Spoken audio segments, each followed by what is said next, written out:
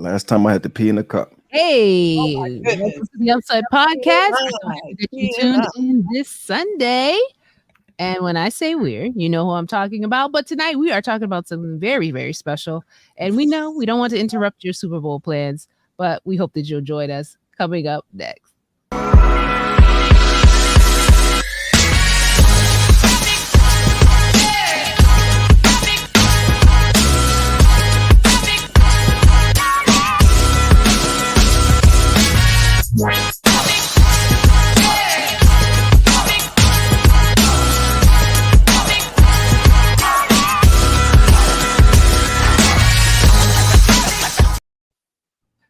Oh, sorry about that. Hey guys, welcome back to the Upset Podcast. Once again, thank you for joining us on this Sunday for your Super Bowl pregame show. That's what we're going to call this tonight, right, guys? Yeah. Patrick Graham, explain yourself. Explain yourself. No. You don't need to explain that. We're done with that. Hold off. I didn't see the live button come up. And could you hear me? I was trying to be quiet. I said, "Oh my goodness, you started the show." But I'm saying I like, because our cups, I put a P in the cup, on the cup here for Patrick. No, and Pastor. don't even explain. Thank you for providing that context, because what we heard was just executive producer, is it possible that we can go back in the lab and take that first piece out? We're live. Okay, well, we're gonna get the most hits. Oh my goodness. Hey guys, the people are coming in. Hi, Mary. All right. That's DuPont Park right there. So Super Bowl friends with us. I know. Is everyone watching the Super Bowl? I mean, like, I was admitting to. I'm gonna watch. You're gonna watch? I forgot. I forgot it was coming up this week. I feel like, I guess because the Eagles weren't playing and people weren't talking about it a lot in my sphere. Well, it's just another party, unless you're a Chief fan or 49ers fan, it's a party. It's party, it's food, it's big screen TV, it's pizzas all over the floor. I mean, it's a party. Right. I mean, people want a party, know. Chance to get together. All right.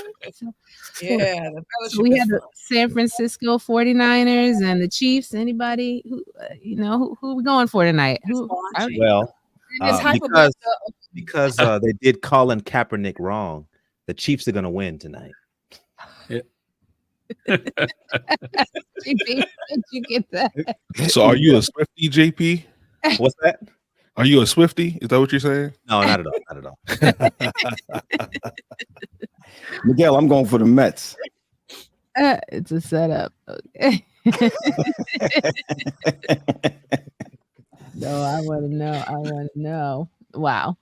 I don't know. I haven't picked a team, but I will watch when we're done. I have to say, I'm going to go ahead and admit, because we're family, that this time I think I might be a little bit more interested in the halftime show. That's what I hear. You see all those? You see all the memes out there? Usher. Why is that? Oh, Usher. Oh. Yeah, Usher. The nod to church, that kind of appeals to me. You can like Usher. That's all right. Yeah, but do you see the memes out there with the Usher? They got the deacons passing the plate, so this is the only Usher I want to see. I get it for sure. So Kevin said he's going go Chiefs. All right, so Kevin's rooting for the Chiefs out there. But if the Chiefs do win tonight, I think it'll be the first time in 20 years where a team has won back to back. Yeah. Okay. Yeah. So and they won several times. What is this? This would be their third win if they win tonight. Is that right? Second back to back if they win. Right. But all together, I thought they won twice already in years past. I don't even know. Don't get me there. Oh no. I don't know. I did ask my brother's a big. Kevin said true. I might be true. I thought they won twice already. A big sports fan, and I told my brother I wanted to start to get into sports so that I could have conversations about it. He told me I'm too old, I'm way behind. So forget about it, man. Just go to the last, and that's what I would normally do. The last games, the playoffs. I watch that as it goes through. I am I just want the highlights. I want to see where it ends. I mean, so Las Vegas, Nevada is lit right now. Yeah. That's right. I'm sure they're making a lot of Bible workers money. on the ground. we don't have enough Bible workers. We need to deploy about 1,000 from Allegheny East to go to Vegas. The Bible workers are in the casinos. That's where they are. We just walking through. We just walking through. Highways and byways. That's Miguel, I have a funny feeling you're a shepherd's rod. I'm gonna check you out. I'm gonna check you out, Migs. Yeah. We're gonna listen to his messages in a different way now. Great shaking is happening, y'all. Yeah, that's true. Oh man. Yeah. So go teams, go. We'll see how it all ends, but we'll be done by the time the game ends. But I hope everyone is being safe and having fun if you are watching the Super Bowl tonight. And because of that, we're not going to keep you guys long here tonight, but we do want to go ahead and transition right into our topic for this evening. As you guys know, it is Black History Month, although we say 365 Black, but this is a month where it's been set aside for us to honor the contributions of African Americans, and I know a lot of our churches are having an international Sabbath, and I've been watching online and seeing how we're celebrating other cultures. Blasphemy. He said blasphemy. Get out of here. And one of the things I like about International Day is, it creates this atmosphere of a sense of pride that, hey, here we are, Black people, but not just Black. We celebrate other cultures other than Black during International. But for Black history, we tend to focus on the Black cultures. And you see people waving their flag and, saying where they're from. I'm from Jamaica and Haiti and, St. Kitts and Nevis and Trinidad and Tobago. It just goes on. And the pride is just so rich. And but yet we recognize that the reality of it is it's one thing to celebrate our diversity as a people in the church context. But we realize that in practical ways, the way that we see us relate to one another, whether it's in our communities or sometimes even in our churches, is that there tends to be some division even among us as a people.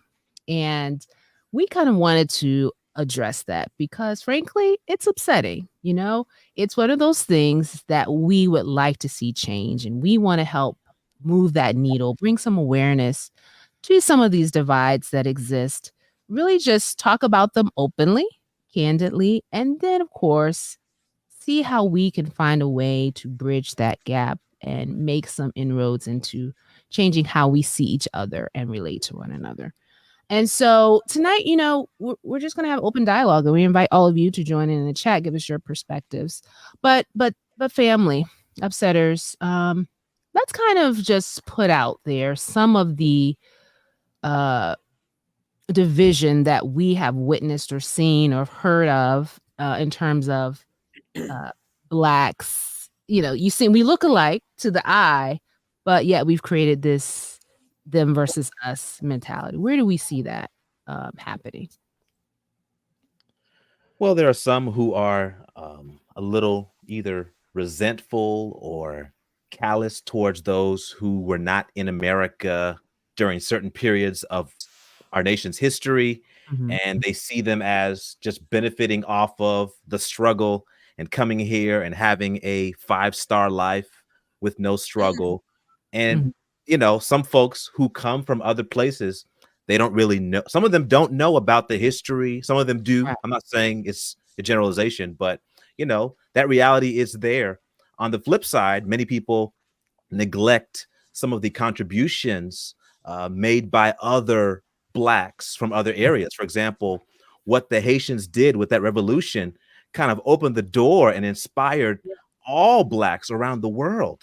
And so perhaps it's a lack of education, perhaps it's just pettiness, I don't know, but sometimes we just are a little beefy towards other people who may not have the same experience as our immediate family or grandparents or great-great-grandparents.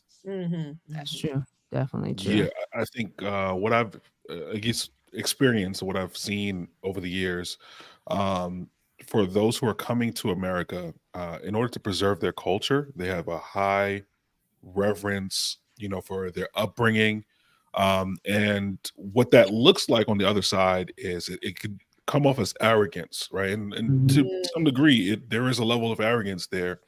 And then instead of it turning into, well, I appreciate who I am, it becomes, well, why aren't you at a certain level? And I'm speaking of those who are migrating to the United States, whether that's from Africa, whether that's from the Caribbean, and they're bringing their culture and they're bringing, those elements with them, and they're coming here, and it for some of those who are transitioning here, we begin to judge those who are here without having a proper understanding of the history and the plight. Now, to be clear, most of the migration happened mid 60s.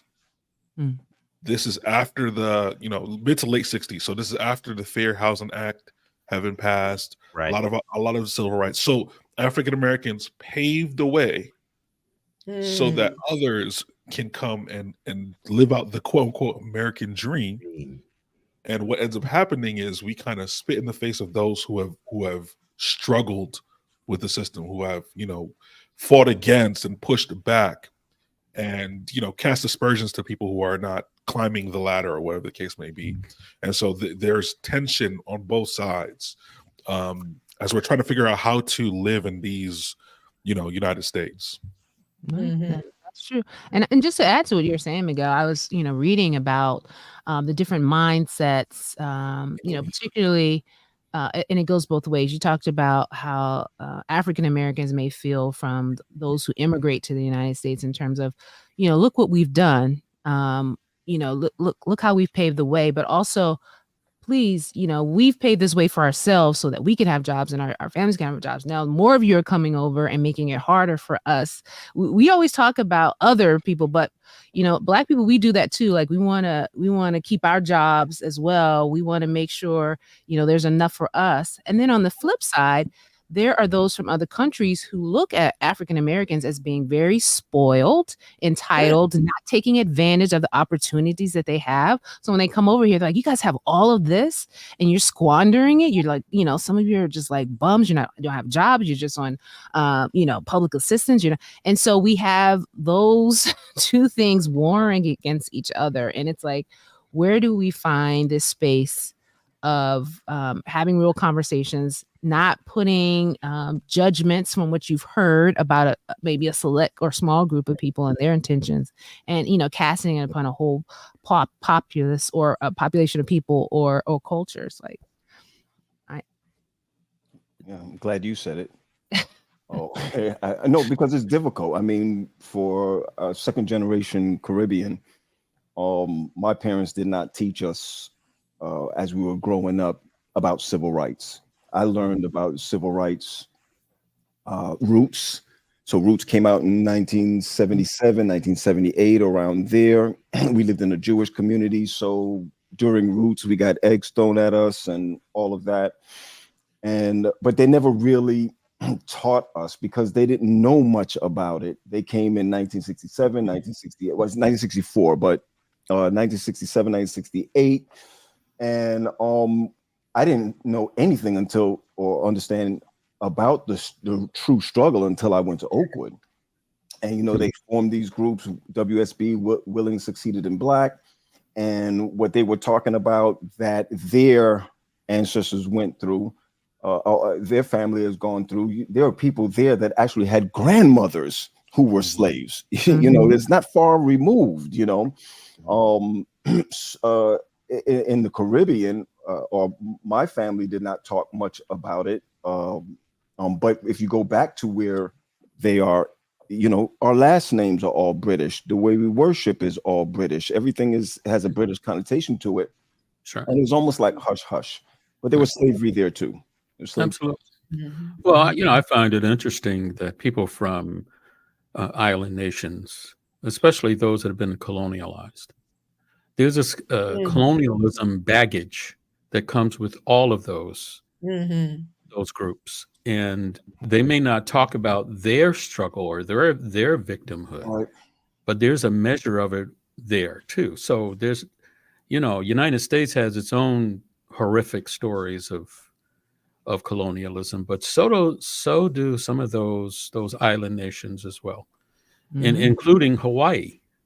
You don't think of Hawaii as being, had victimhood from colonialism, but it's there. Sure. I think that may be one place where we can share and respect each other, is that most of what we have suffered down the years was a result of colonialism. Whether you're in St. Croix or if you're in Florida. That's right. It's a result of colonialism. So we all suffer from some victimhood. Right. So that should be our common denominator. We've all suffered. We've all been discriminated upon. We've all been misused and killed and enslaved. So let us all rise together. We need to start in my opinion, we need to start using that language. Yeah, I'm glad you mentioned that. That's moving towards that solution that we were talking about, because a lot of people use the victimhood to then create even more of division or dissension, and saying who was more of a victim, and well, it happened to us worse, or it happened to us longer, or and they almost begrudge others when they talk about their plight, because it still wasn't as bad as mine, or it doesn't compare to what it happened to us first, and and it becomes that kind of thing. And it's like, at what point, like you're saying, Charles, we all realize that the root of all of it came from a very similar, if not the same space. Yeah, absolutely. And then to hear people that will criticize African Americans and as if we came here on our own. I mean, we were like you wanted to be here. Yeah, we were brought here on ships, right? And then we had to try to survive, going through those hundreds of years of persecution. And then to be persecuted from within is always an issue for me. It's like some group always want to be elitist over someone else, and then to say that we're not taking advantage, of the benefits that we have. They got to understand we get the least, right? The reason African Americans and other Black and browns are so poor is because redlining in, can't own property. Was for a long time, that we could own houses. So, and then jobs, you got the least of them. Education, segregated. They gave us the terrible books, and so it was a long struggle that we had to go through. Well, in some sectors it still is, because there are waste dumps very prevalent in communities that are Black. Yep. There's a lot of trash dumping. There's a lot of chemical dumping going in those communities today. And here we are, 2024. Yep. And they do that because it's part of a legacy of this mindset that Black people aren't as important. So it's okay for them to die from cancer. It's okay for their children to be sick. And the liquor stores are in only our areas, while Total Wine is in their area, but so I mean, I get it, and the thing is, even our roads, check the roads. Even when you look at the roads, that makes a difference too. So there's really such thing as what's on the other side of the train track, or what's but the one thing that go ahead. I was gonna say, it's crazy that everyone views Blacks as the least, but everyone profits the most off the Blacks. That's right. Well, yeah. Before Western culture came along, there is, in my opinion, very little evidence that we associated victimhood with color. Yes. Right. It wasn't until most recent, when I say most recent, maybe, over the last maybe 30, 40 years, that we've associated that. And then the advertising agencies, they're all part of it. Blacks are portrayed in advertising and in movies and so forth and so on. And I'll tell you say what you want about the internet. I know there's a lot of trash talk on the internet. There's a lot of stuff, but thank God for the internet, because people can get out there and say what they need to say without it being filtered by the establishment. I mean, it's happening to us all the time. I mean, well, take notes to the Super Bowl tonight. Okay. So you were talking about entertainment. Somebody needs to Google who owns Tubi. Racist white man. Okay. Are you serious? I'm dead serious. Come on, man. You gonna All make that money goes to Fox. Come on, man. So I'm just saying, they use our talent, and we get excited about these things. Oh, my movie's on Tubi. Oh, I'm gonna be starred on a movie in Tubi. Like, we don't know. Listen, they're profiting off of you. That's why it's important for us to have our own platforms, our own organizations, our own dynasties, so that we can narrate our own story and stop being exploited and own our stuff. I've always understood that the color that supersedes everybody is green. It's green. Money. So to GP's point a little bit, I saw a video, a gentleman I think he's from Nigeria. He came here and he figured out how to get into the tech field. He's making multiple six figures and all that kind of stuff. And he had an honest moment, and I think it kind of puts things into perspective. He said that the people who make it to the U.S. from his country are typically, this is not verbatim what he said, but the cream of the crop. They've already established themselves in that country. They're highly educated, and they come over and make a living for themselves here. And one of the things that I notice, again, this is me deconstructing some of the mindsets that we're talking about today, having to take those parts and to say, okay, this is clearly not an educated, informed perspective on how to evaluate people. But when you go to the Caribbean, right, and I'm gonna speak about the people I've interacted with, there is a mixed group of people. You're gonna have people who, unfortunately, if you're in the British school system, if you can't get past a certain grade level, you better go find yourself a trade.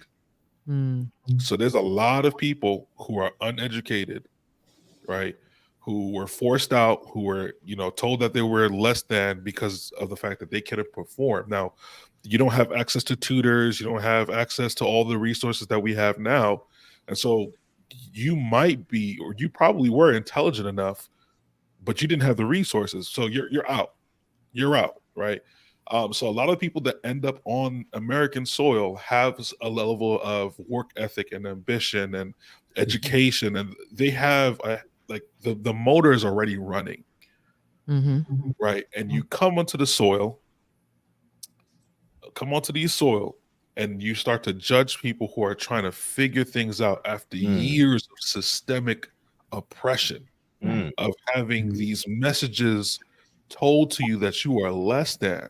Right. And what we're taking here is the trauma of living in the Caribbean. Where at this moment in time, in Jamaica, most of the beaches aren't even accessible to the citizens. Right. That's right. Right. Only the tourists? They're owned by foreign entities. Unless they work in there.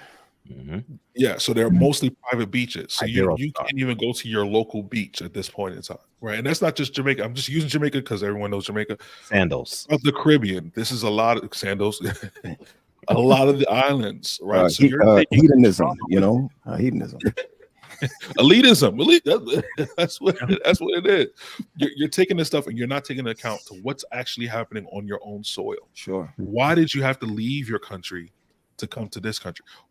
Let's take it further. Why'd you have to leave one of the wealthiest continents, minerally rich continents, to have to come to Europe, to England, or come to the States? That's right. You should now have to ask, why should I leave? Why should I have to leave what I treasure to have to go start somewhere else at the bottom? Some don't know they have a treasure, and it's unfortunate. Right. Miguel, it's also a visual bias that we have.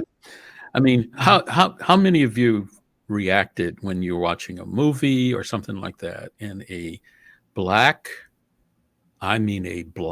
person from England starts speaking with a English accent And so they're talking like this. And you say, whoa, wait a minute.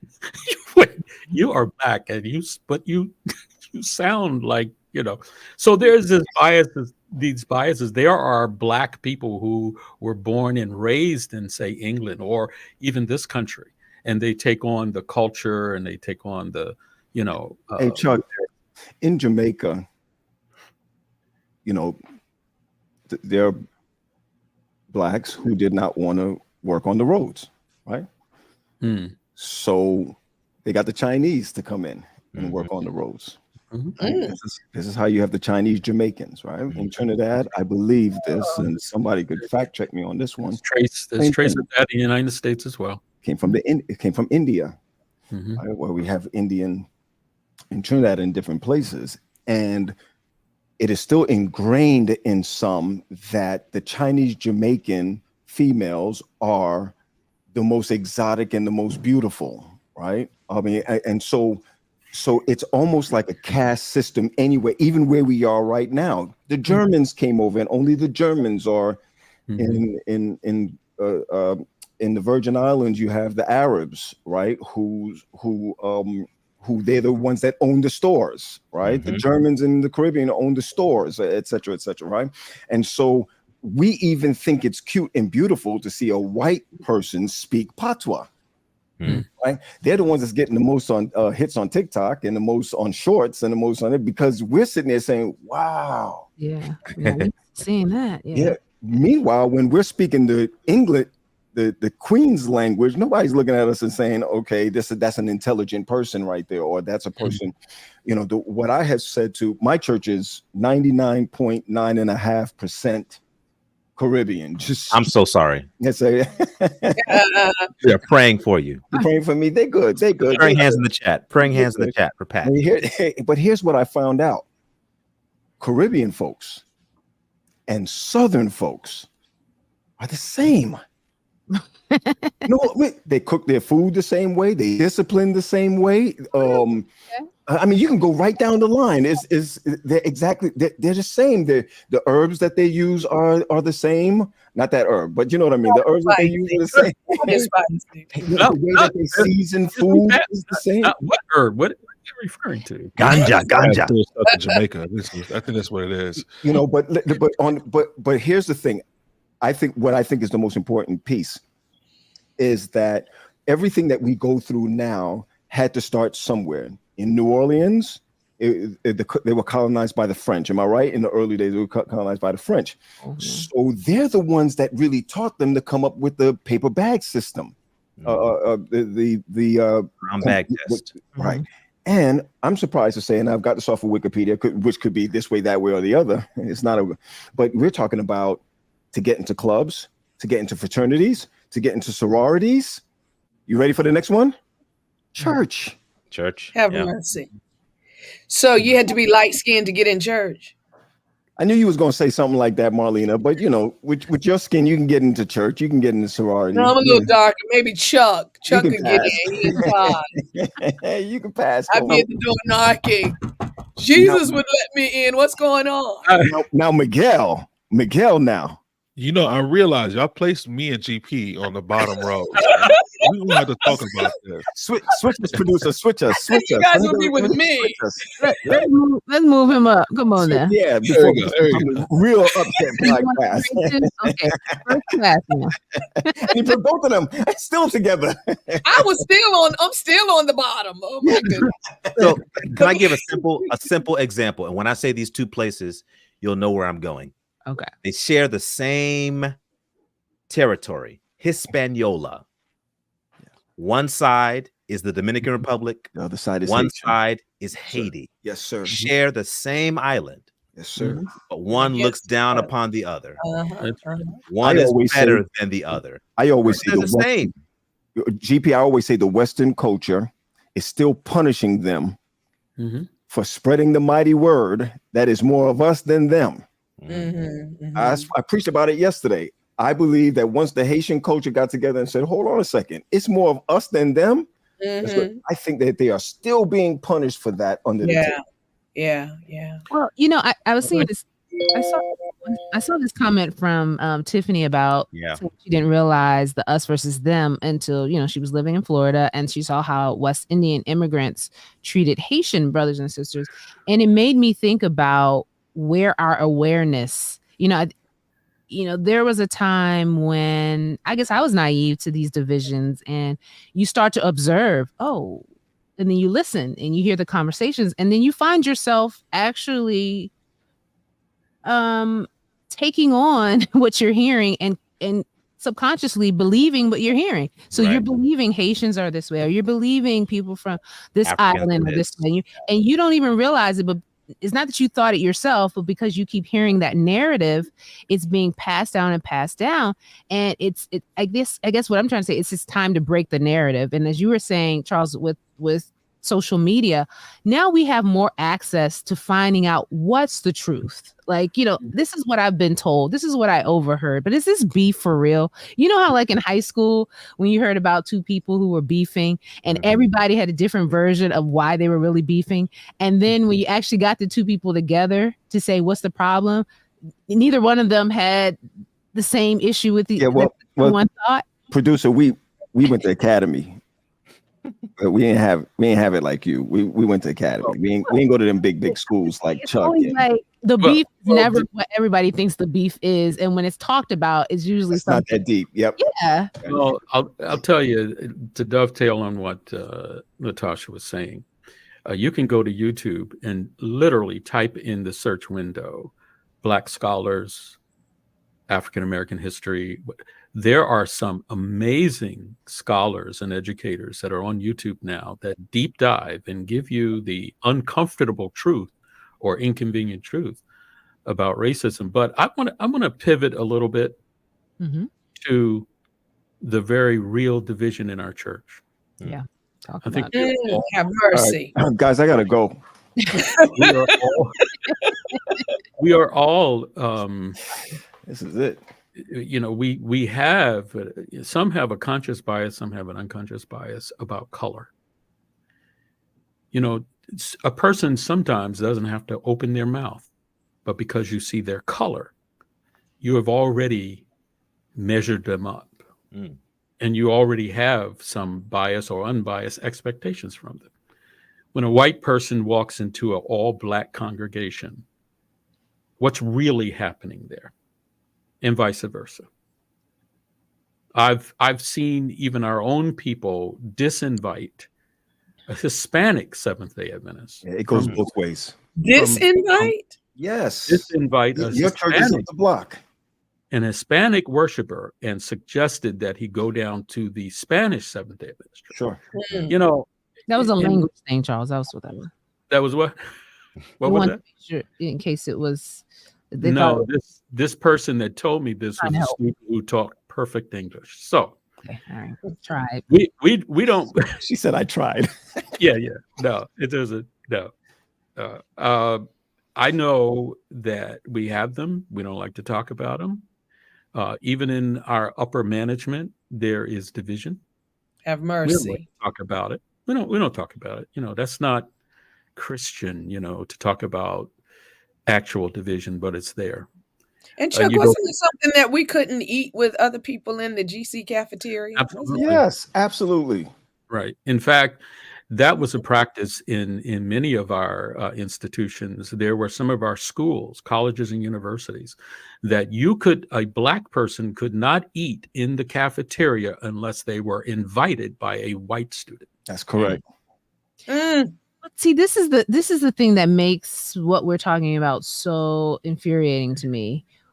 We already have to deal with that from people who don't look like us.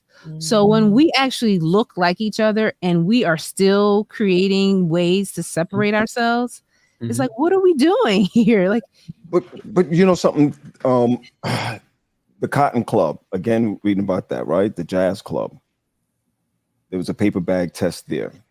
they said it was more prevalent with sororities than it was for fraternities, the paper bag test there, right? Mm. Let's look at Oakwood. You could call them veggie frats, you can call them whatever it is, but you had to look a certain way if you were going to become a ruby, or if you were going to be a sapphire, or if you're going to, I mean, we have that on. You had to look a certain way. So they could actually look at you and say, that is sapphire material, or that is ruby material. What is material? It has to do with the way you look, correct? Mm-hmm. Until we got to around, until they got to around, You made around the 90s, Public Enemy, Africa Bombada. Come on, Miguel, help me with these groups. What's her name? Queen Latifah. You know, those groups where we no longer did chains, but it was black medallions, no gold, right? It was, everything was about the motherland. Then you started to see the switch come around with the movie School Days that came out. You guys were babies during that time, but it was School Days came out, which was saying that this group had hair, or this one had long hair, and this one had this, that, and the other. I think that what we need to be teaching ourselves is that once they considered us a certain way, once you had a drop of whatever the percentage of blood that was in you. Am I right? Somebody could help me with that. As far as that, you were considered black, no matter what it was. 1%. Right. Yeah, 1%. Right? You have a percentage of black. Now we have to be able to be proud enough to say we are all black, whether it's African, whether it's African American, whether it's Caribbean, whether it's straight from the motherland, because in the motherland, it's like that too. If you're from Botswana, or if you're from Nigeria, or if you're from, I mean, the problem is all over. Yeah. It just happens to be when it's here, and you have the freedom to be able to say, I'm this, I'm that, or I'm the other. Where we start to put the dividing lines in there, and that is something that the next generation, only through education, is going to quit. Only through education, and we ought to be able to do that, and especially in churches, Chuck. Yeah, especially in churches. Yeah, especially in churches, and the fact that we still have not, in my opinion, completely demostrated Jesus being the common denominator yet. We haven't done Right. it. In my opinion, we haven't done it. You mean Because white Jesus? Which Jesus? Puerto Rican Jesus? Brooklyn No, Jesus? white Jesus. It's because Jesus is Hispanic white. Jesus? That's why. Right. I mean, you know, we say we're all Seventh-day Adventist, and you know, we all love Jesus, but it's almost like the where in our Constitution, you know, all men are created equal, except some people are created more equal than others. Now, it doesn't say that, but that's what we should be. Right, is lived in that. Right, and that's how we live. And I have never been settled with the truism of the fact that we raise our hands together to God, even in a mixed congregation. But when it's over, we will separate. That's right. Martin Luther King said the most segregated time of the week is Sunday. He was referring to worship in church. So as not, agnostics and atheists look at us and say, wait a minute, what's wrong with this picture? So let me ask this question then, because we're talking about different cultures here within Black people. They're different cultures. So how much of the negative stereotypes that we perpetuate are just that, negative stereotypes, and how much of it is just a cultural difference that we don't understand, or that we, because some people say, go ahead. Yeah, I think the stereotypes came in through PR, what people are telling you, and they don't recognize the cultural differences, just the color. It's about color. So look at the damage. It's also about, it's very complex, the pathology of human beings. When you look at what's going over in the Middle East right now, okay, with the Palestinians and the Israelis, people have asked the question, my goodness, the Palestinians, what's wrong with the Muslim countries? There are more Muslim countries over there than Israel, right? Okay. So if they all decide, oh no, you need to stop, beating up on the Palestinians. So we may not agree with the Palestinians or whatever, but they're Muslim. And we're not going to let you kick a Muslim to the curb. And just as a side note, that could be starting to brew over there. Because my recent headline was that when the IDF said they were going to go into the southern Gaza, which is where they told all the Palestinians to go for safety and whatever, Saudi Arabia put a statement out saying, whoa, whoa, whoa, you know. Now, why are they doing that? Do they like Palestinians? Do they dislike Israelis? And they're saying, wait, these are Muslims. Okay. So, you know, you can only go so far. After a while, you're going to start saying, well, wait a minute, you can't treat Muslims this way. And then there are different levels of you know, Islam and worship in Muslims, you know. If we would just zoom out a little bit and see the whole picture, we will see how the adversary has divided us. It keeps it perpetual. We have all these excuses why, you know, ergo regional conference churches, non-regional conference churches. You've got Boulevard Church, as Mike Williams mentioned in his comments. The Boulevard Church was a predominantly white. Okay. As soon as black folks started worshiping there, it became predominantly black. And we can go down the list. Our churches. Go ahead. Potomac Conference is a regional conference. Right. I mean, look at it. Yeah. So, we need to look at ourselves here because, you know, while we claim we're a remnant, but I'm not so sure. I don't know. Our actions are not, you know. So to what Tasha was posing here, I do believe there's a mixture of how we've gotten here. For example, if you were African in the early 90s, late 80s, there's a high probability that you were teased, bullied, that's right, beat up for having an accent, for not being a part of the culture. Yeah. And Booty you scratcher. experienced this. You said what? Booty scratcher. Right. So in Haitian people, it was the same thing, right? During that same era, if you were other, you were teased, bullied, beaten, and this goes all the way back, right? Yeah. The Irish faced the same thing. The Italians faced the same thing. At one point, if you were Catholic, you had some issues there, and you know, you can go into the formations of mafias and all that kind of stuff and gangs and all that. But you begin to create and construct a worldview that protects you and your people. You're now on the defense.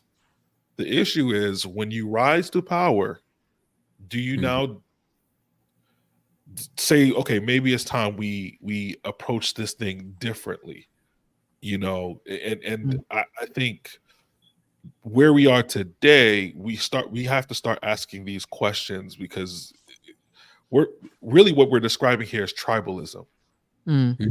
We are beating up each other. That's right. In the efforts of determining who's going to come last. Right. We're not winning. We're not winning this race at all. We're not progressing as a nation. We're not progressing as a people. We're not progressing as a church. You know, I remember when I was in school, the headline was "The White Church is Failing." Well, 10 years later, we're having the same struggles. Absolutely. You know, at one point, we were the ones laughing and boasting because we were still baptizing people by the hundreds. Right. Now we're fortunate if we can get 10. Right. Yet historically, the work in North American division was started by and maintained for many years by Black Adventists. But you don't see that. That's not talked about. That's, you know, I mean, we've got, listen, I'm just going to say it, and no, I'm not retired.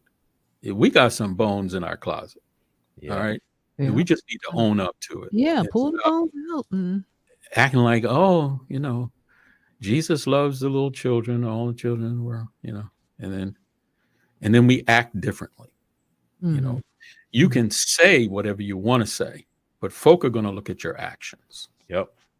And that changed, Chuck, because our early founders were abolitionists, right? They were against, this inequality, but over the years, we became acclimated to the society, and we, just started acting like other churches. Because I remember, racism was so strong in other churches. That's why the Methodists broke up. You had it became the AME, right? Because Methodists, the Methodists were supposed to be abolitionists too, anti-slavery, but they weren't treating the people right still. And so they broke away, and Adventism started out as abolitionists. I don't know at what point it changed, but we see that society took over its place. And that's why you have that racial divide in Jesus Christ, in the church. And if I might add, because I we've been so brainwashed to think that whiteism is purism, right? It's purity. So if it's white is better, right? Your white doctor is better than your black, and your white attorneys or your white pastors, right? Or whatever. Right. That's why they migrate from the black pastor, right? And so but listen, we believe that, as a people. That's why, we'll not support the black business or the black person because the white is better. Yeah. And that's all factored into our society today. But regional conferences are not new, because I discovered that in the early colonial days in Williamsburg, there a few Baptist churches came together to form regional conferences. I was blown away when I found out that was what they called them. So this isn't new, okay? What this tells me as I zoom out is that we have got to acknowledge and go against this massive and complex division that the adversary has created in our church. Yeah. We need to look at it for what it is. This is adversarial. These are products of evil. Yes. We need to call it what it is. And I think the way to change it is for us personally to change who we are ourselves. Starts with us. Whatever it is that we have been taught, whatever it is that that we're used to, our parents are wrong. And you can see this generation, the next generation coming through. They're dating other races. You see it more now that they don't care about. Are they colorblind, Pat? Well, you have a segment that are, because they're not carrying this prejudice, discriminatory baggage with them, and it doesn't influence their decision making. It's also rebellion. It's not just that, but it's also it's rebellion. liberation. I don't think it's rebellion. No. I mean, I agree with you, Marlena. I do agree with you. Is both an and, because you have to rebel in order to get free. You have to fight the cause in order to get there. And there's so many things that I have taught my children that that was not right, is because I've heard it somewhere before. Or and it may not speak in colorism, but I might say it in the as far as get your education because you don't want to be like this. Well, if they ask me like what, Daddy, that's rude, right? you understand what I'm saying? Like what? No, it doesn't matter like what. But if I had to break down like what, I don't want you to be like Jimmy up the block, or I don't want you to be like so and so here or so and so there, and then they'll put it together that I want them to be better. And I'm not talking about better as far as you're supposed to be top notch anyway. I'm talking about to look down on someone else. And we sort of teach them how to look down on someone else, or a group of people, or such without even knowing that we're doing that. So we have to change, ourselves, and I think that is where it comes in. When we are a Christian, what does Paul say? There's no longer Greek, Jew. If I can break that down anywhere else, you need a light skin, dark skin, blurple, or whatever you want to call it. we ought to be able to change the narrative in our own personal lives and even in our families. We ought to be able to change the narrative. Absolutely. Yeah. And leaders in the church need to be purposeful in making that clear. Yeah. Correct. Right. Yeah. And I think there's that conscious bias and unconscious bias. I mean, even when you're talking about colorism, just because I heard you say that, there have been tests and, all kinds of experiments where, with the dolls and Black children are choosing the light doll, the white doll, because somewhere, and people are wondering how at such a young age are kids picking up this mentality that the lighter doll is better and things like that. And sometimes, and it's like, where do they get that from? And sometimes we say, oh, it's what they see on television. It's what and sometimes that is the case. And I think that's why it's important as parents, as youth leaders, as people who are around children, to make sure diversity is present before them and talked about. Because, I know with my children, if I hear them say something, I'm like, where'd you pick that up from? Like, and it's like, because they're hearing the narrative from their friends because someone told them that, and then they're repeating it because they assumed, oh, I thought this was the way it was because that's what my friend said. It's like, no, we have to counteract that stuff. We have to call it out as we see it.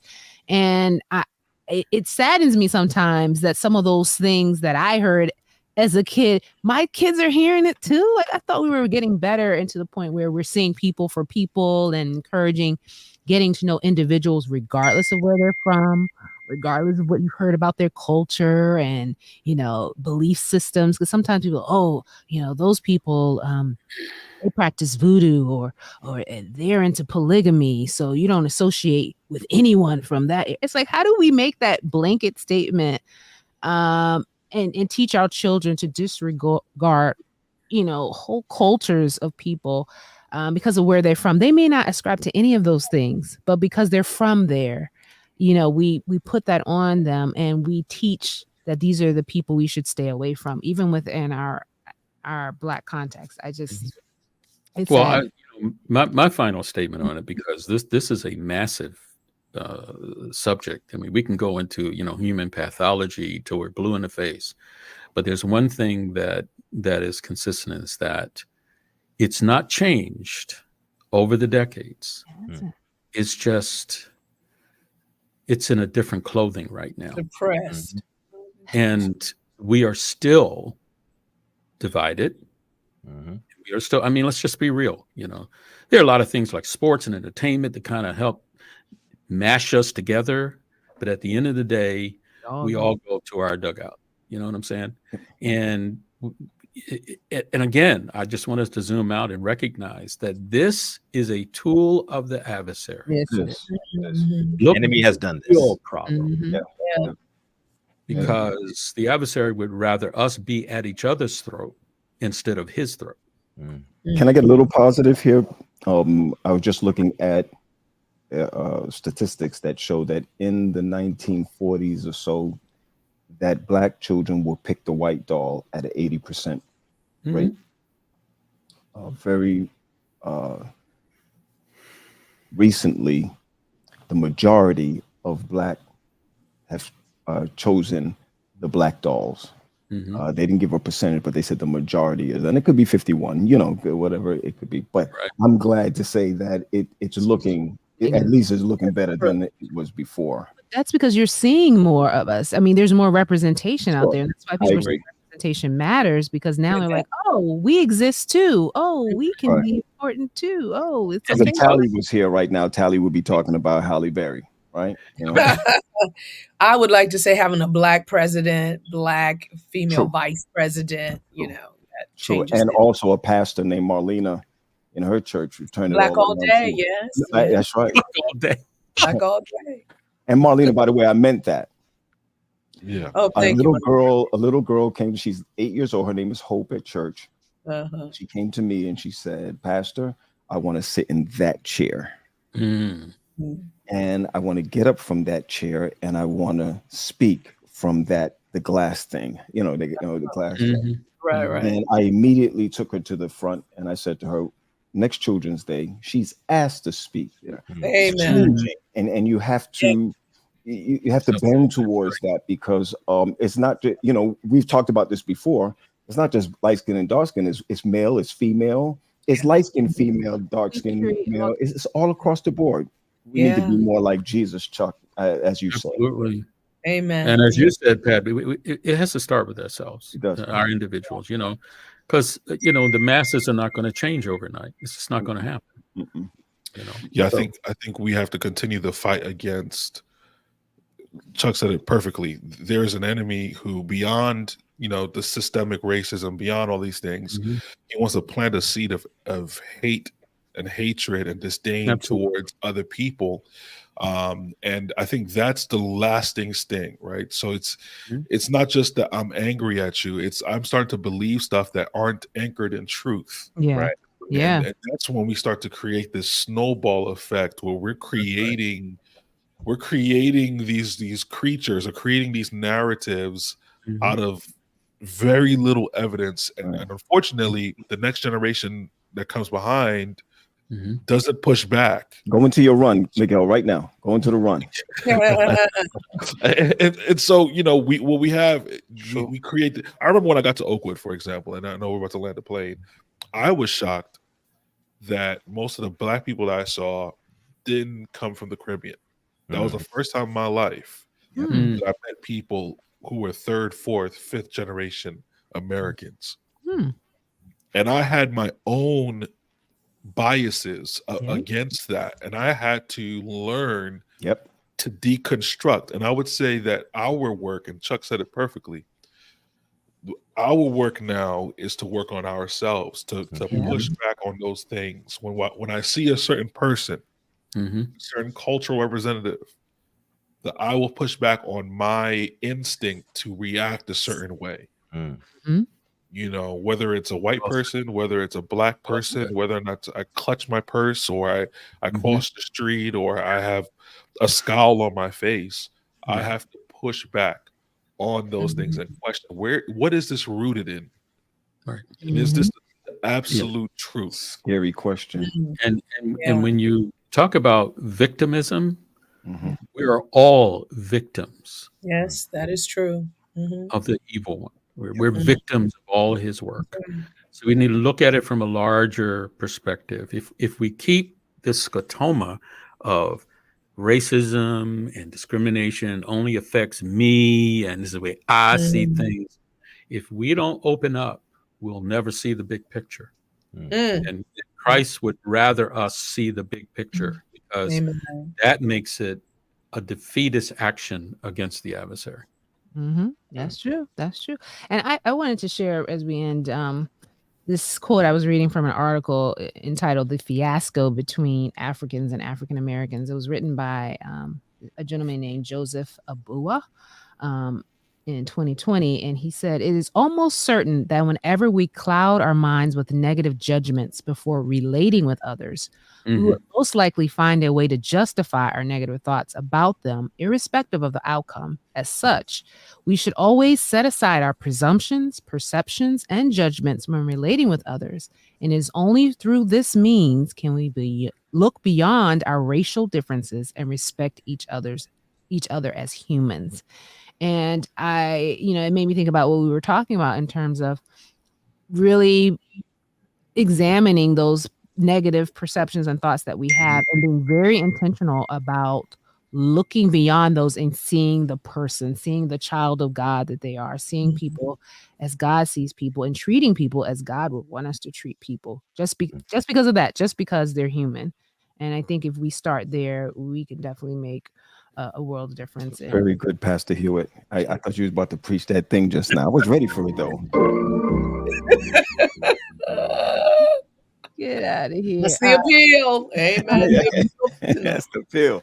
That's right. And Paul Bennett said, "With Jesus' love and freedom from the wine of Babylon, can all humanity be free to begin and continue to love each other." Yes. Amen.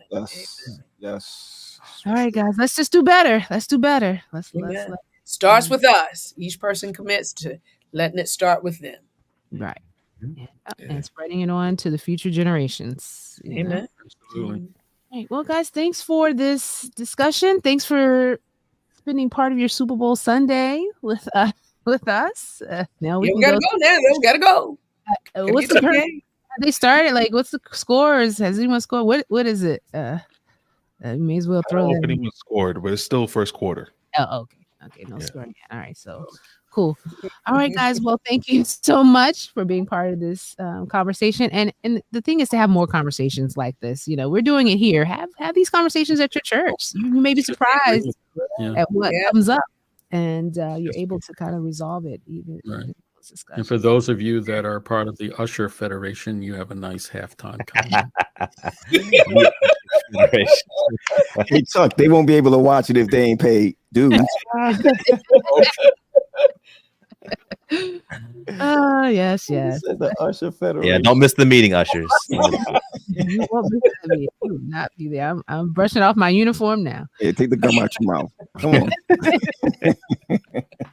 Yes, Kevin, we will see you next week, because if it is Sunday, it's the Upset Podcast. Yeah. Always count on you. I appreciate that. Thanks for joining us, guys. We'll see you next week. Guys. Take care.